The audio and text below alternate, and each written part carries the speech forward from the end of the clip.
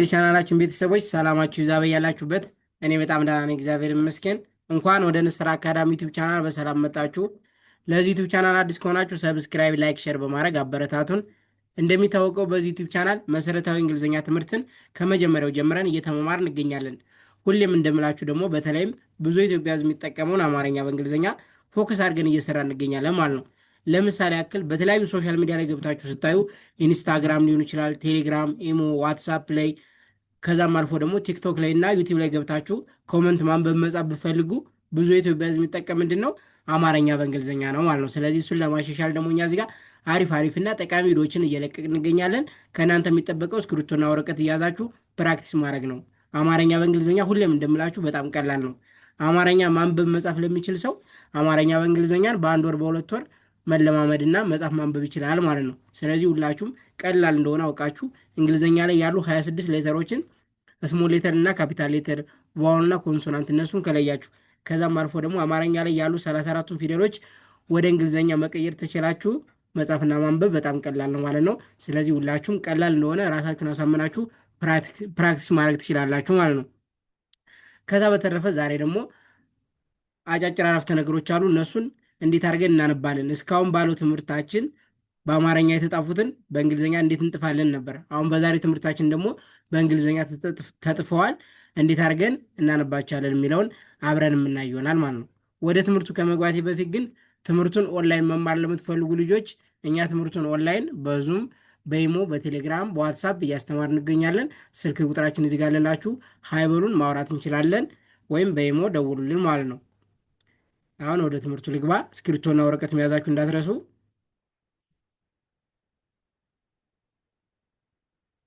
ኦኬ፣ እዚህ ጋር የተጻፈውን አማርኛውን ከማየታችን በፊት እስኪኛ እናንበውና ከዛ አማርኛው እናያለን ማለት ነው። ኦኬ፣ ቢና ኢ ቤ፣ ቲና ኢ ተ፣ ኤሲ ሰ። እዚህ ጋር ቢ ቀርታለች።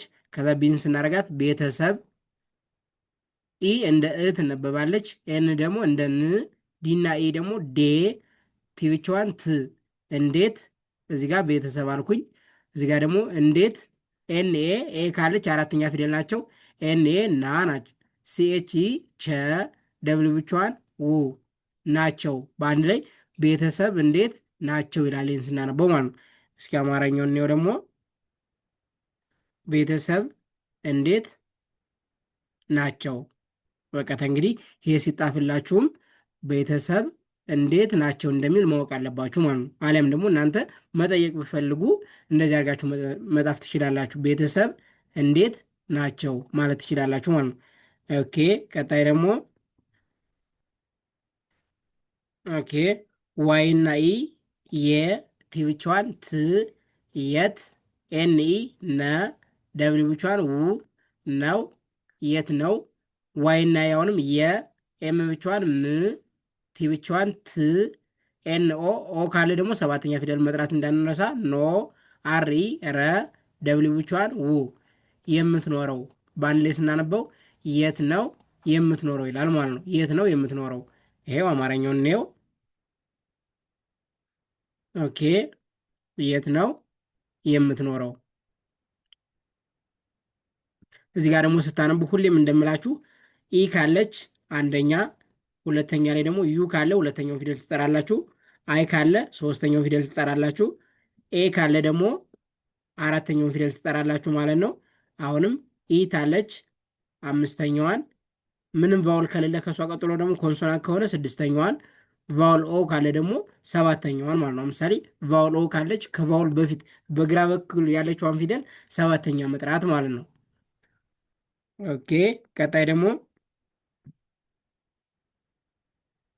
ኢ እንደ እ ትነበባለች። ኢ ብቻዋን፣ ኤች እንደ ህ፣ ቲና ኤ ደግሞ ቴ፣ ኤን ብቻዋን ን፣ እህቴን እህቴን፣ ቢኢ በ፣ ቲና ኤ ደግሞ ጣ፣ ኤም ብቻዋን ም፣ በጣም እህቴን በጣም፣ ኢ እንደ እ፣ ደብሊው እና ኢ ወ፣ ዲኤ ኤ ካለ ደግሞ አራተኛ ፊደል ነው የምንጠራ ዳ፣ ቲና ኢ ታ፣ ኤል ኢ ለ፣ ኤች ዩ ዩ ካለች ሁለተኛ ፊደል ነው የምንጠራ። የማን ሁለተኛ? ከእሷ በፊት ያለችው ኤች ናታ። ስለዚህ የሃን ሁለተኛ ሁ። ስለዚህ እወዳታለሁ በአንድ ላይ እህቴን በጣም እወዳታለሁ ይላል ማለት ነው። እህቴን በጣም እወዳታለሁ። ኦኬ አማርኛውን እንየው። እህቴን በጣም እወዳታለሁ። ኦኬ ቀጣይ ደግሞ አሁንም ኬናኢ ቀ ቲኤ አ ዋይ ብቻዋን ይ ስድስተኛ ስለሆነች ቀጣይ ኤስኤ ኤ ካለ አራተኛ ፊደል ትጠራላችሁ። ሳ ኤም ብቻዋን ም ኤን ብቻዋን ን ቲ ደግሞ ት ቀጣይ ሳምንት ኢ ካለች እንደ እ ብቻዋን ከሆነች እ ብላችሁ አንብባት ብያችኋለሁ።